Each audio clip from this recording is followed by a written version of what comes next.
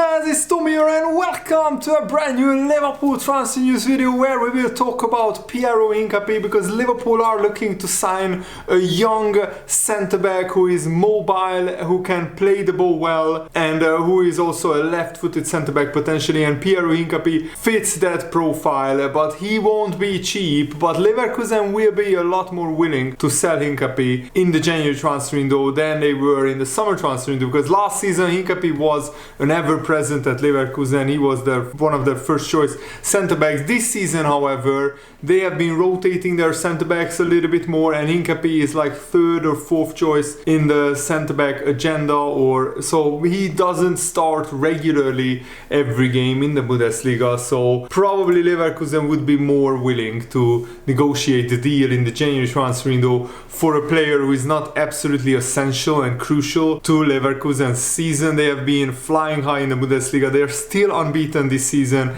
and they are just going from strength to strength. And I really hope that they win the Bundesliga, because that would be absolutely fantastic achievement for them. They haven't won the league for so many years, and Xabi Alonso would be an instant legend in Leverkusen. And here I have a soft spot for Xabi Alonso. He was one of my favorite players at Liverpool. Also, congratulations to Kenny Dalglish for winning the BBC like a lifetime achievement award. I think that's what it's called.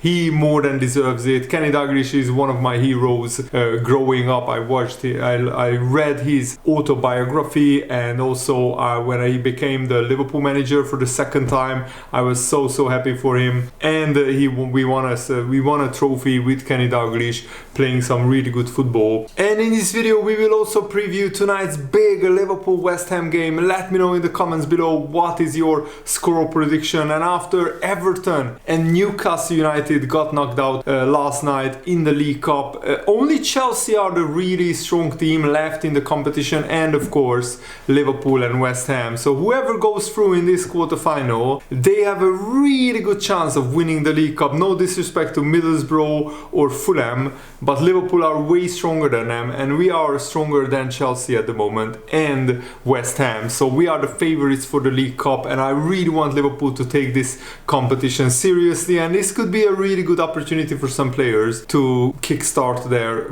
good form.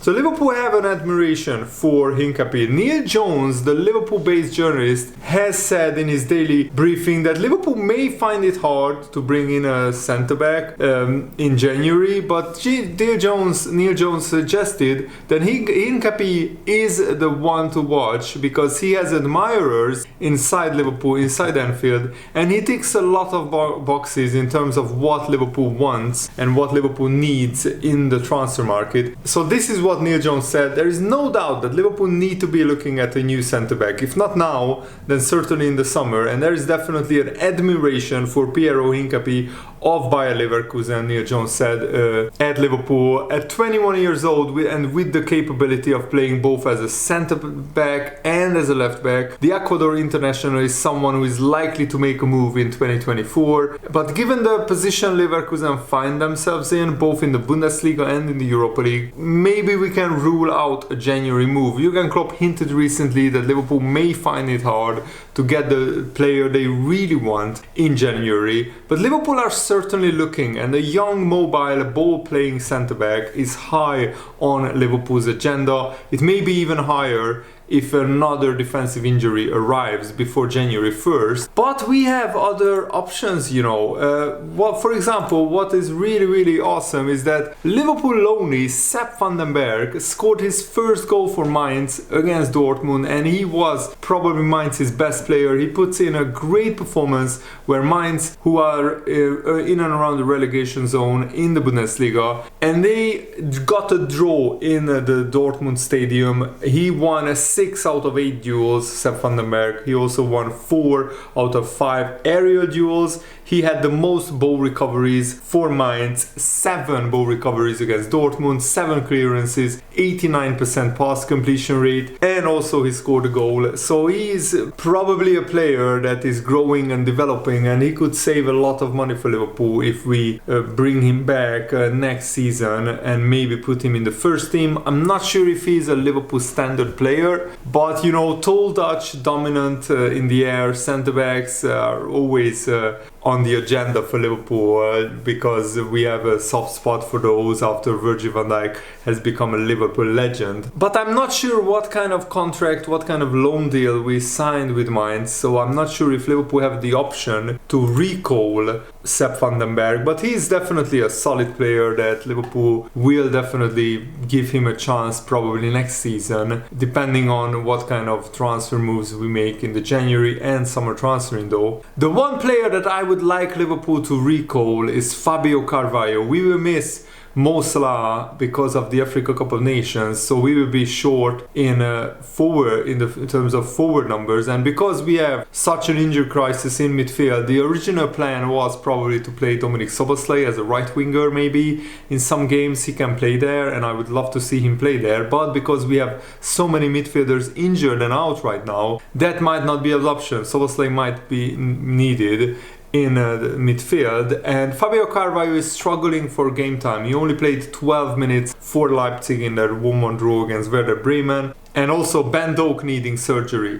Salah is out for the Africa Cup of Nations. We don't really have a player who can play on the right wing, as I said, if Szoboszlai is needed in midfield. So is this time to recall Fabio Carvalho? Now many Liverpool fans are asking that, and Pep Hinders said that Fabio Carvalho needs to find rhythm. We all know the player with rhythm is a different player than a player without rhythm. A player with confidence or without confidence, and a player who trains in a certain way is a different player. So Fabio Carvalho he needs to find minutes, but it's not up to me, it's up to our directors to speak with the club and find the best solution for Carvalho. We all want the best for him because he's our player, so wait and see. But no decision has been made about that. But I think the closer we get to the January transfer window, and the closer we get to Salah leaving for the Africa Cup of Nations, and if Fabio Carvalho doesn't get more minutes at Leipzig, then we should recall him, even though Leipzig rate him very highly, but the manager doesn't really trust him, otherwise he would play a lot of games. I mean,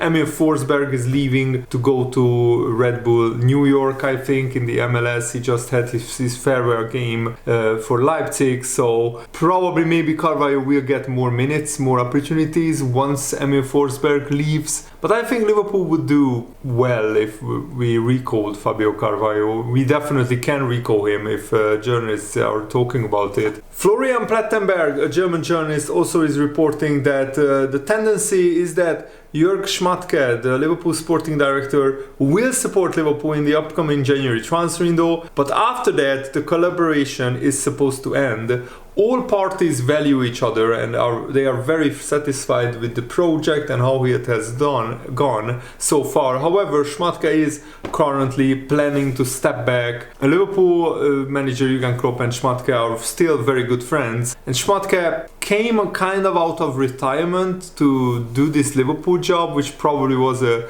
big job that he couldn't turn down. And I think he has done a decent job. We signed 4 brilliant midfielders. 2 of them were on release clauses, but we signed Endo and Gravenberch with the help of Schmatke, so I have a lot of respect for him. But Liverpool need to find a long-term solution to this sporting director problem that they have, in that after Schmatke we don't really have anybody lined up at the moment to be Liverpool's next sporting director, so hopefully Liverpool will find a solution in that area. And guys, if you enjoyed these videos, make sure to leave a like and subscribe if you are new around here. It really helps me out. And also let me know in the comments below, do you think Liverpool should spend 50-55 million on a new centre-back in the January transfer window?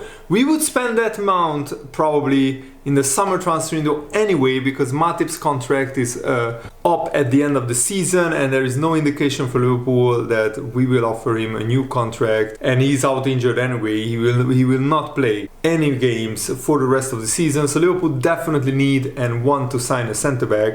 It makes sense if the opportunity is there to sign a centre-back in the January transfer window instead of the summer, because that gives the player 6 months more to be accustomed with how Liverpool play. The problem is Liverpool have some targets, of course, for the centre-back position. Are they available in the January transfer window? Are there clubs willing to negotiate? That's what we need to find out. Court of Sight has revealed that Liverpool are showing the strongest interest so far in Hincapie. We are the club who wants him the most, and the report adds that Jurgen Klopp is a big fan of the Leverkusen star, which is why Liverpool are now working to move ahead of their rivals, having identified Hincapie as a priority. But they are saying that the Bundesliga side, Leverkusen, are not really keen on selling one of their centre backs in the middle of the title race, in the middle of trying to win the Europa League. And Hincapie, he would probably fetch 55-60 million pounds from Liverpool. That's what Leverkusen would demand for his signature. And the Bild newspaper is saying that AC Milan, Liverpool and Newcastle are all interested in signing Hincapie, but I don't think AC Milan has the money to drop 50-55 million on a centre back, and Liverpool probably are not as attractive a club as Newcastle are not as attractive a club as Liverpool. But if Newcastle make a move for Hincapie, that could spur Liverpool on to take action and sign him. Remember when Tottenham moved to sign Luis Diaz, then Liverpool realized we have to sign him now, we can't wait until the summer transfer window, and that's how we ended up signing Luis Diaz in the January transfer window.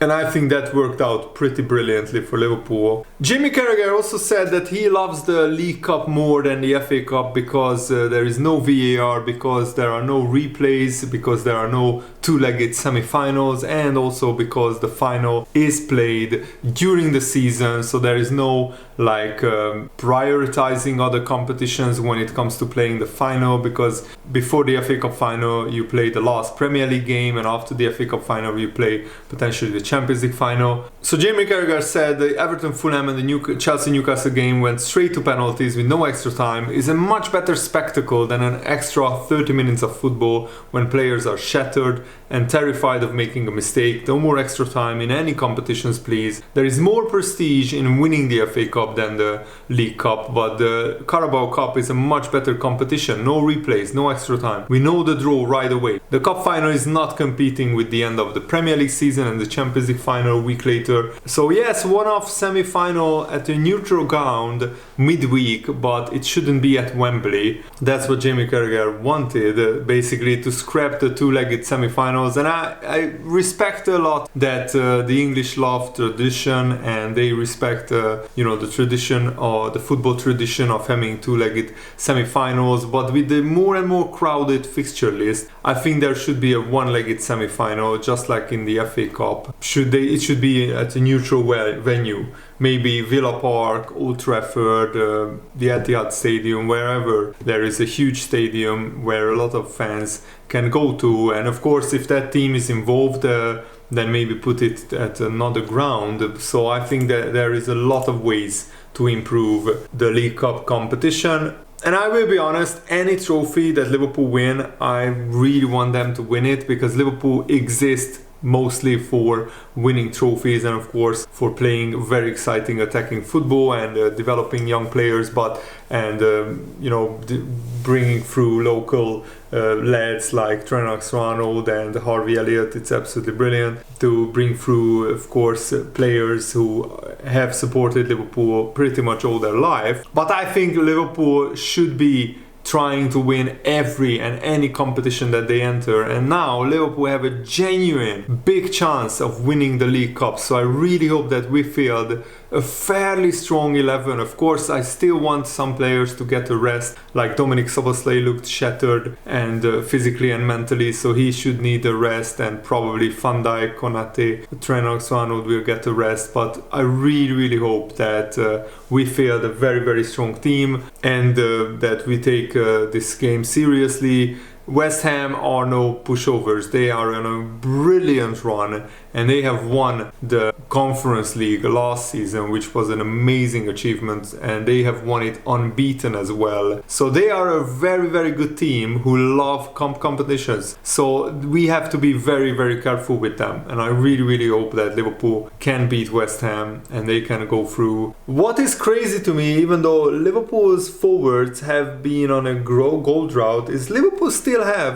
forwards still scored the second most amount of goals in the league, even though we have not been scoring as freely lately. But because we started the season so well, it's fine as long as the forwards start scoring goals again very soon. We can have an off day in terms of finishing like we had against Manchester United, but I think this West Ham game should be the game where some of our forwards will start scoring again. I would love to see a goal from Darwin Núñez, Luis Diaz, Cody Gakpo, anybody that could kickstart Liverpool's winter run, December run of games. Hopefully we will be celebrating after the West Ham game. Even if we go through on penalties, I don't care. I just want Liverpool to go through. And Liverpool and Jurgen Klopp have to figure out how to play Trent in this inverted midfield role without stifling Dominic Szoboszlai and Mo Salah, because sometimes those three players, when Trent comes inside and drops into midfield, sometimes he occupies similar spaces to Dominic Szoboszlai, sometimes he occupies similar spaces to Mo Salah, and when Szoboszlai or Trent drops into midfield, then Salah should go out wide. When Trent drops into midfield, then maybe Szoboszlai can go out wide and Salah can go further forward and get into the box. So Liverpool really should be working more on these three players, because it could be the best right side in world football if we can iron out these little intricacies of the tactical setup. So one player should hug the touchline, in my opinion, and anybody out of Trent, Szoboszlai or Salah does it. He has a brilliant cross on him.